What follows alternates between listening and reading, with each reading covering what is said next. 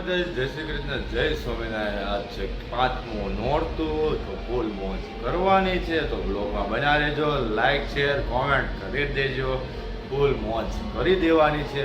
તો બ્લોગમાં બના રહેજો. જઈએ છીએ નીચે.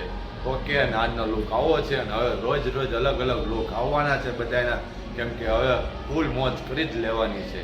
ઓકે, મળીએ નીચે જઈએ.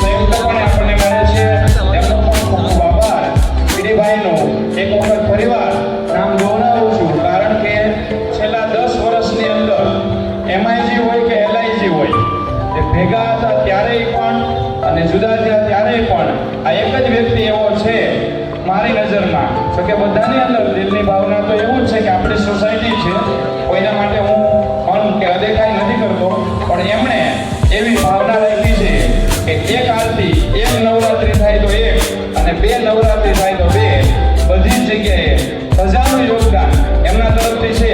એમનો આ નિમિત્તે ખૂબ ખૂબ આભાર, કેમ કે આજે 10 વર્ષ થઈ ગયા પણ એમની જે ભાવના છે, જે શ્રદ્ધા છે માતાજી પ્રત્યેની, તે ખૂબ જ અડગ છે. તો તેમનો ખૂબ ખૂબ આભાર. એકવાર એમના નામે જોરદાર તાળીઓ થઈ જાય, એમને ઉત્સાહ વધારવા. એમના પરિવારને પણ માતાજી ખોબલે ખોબલે આશીર્વાદ, સુખ સંપત્તિ અને કહેવાય ને કે શાંતિ આપે, નિરોગી સ્વાસ્થ્ય આપે.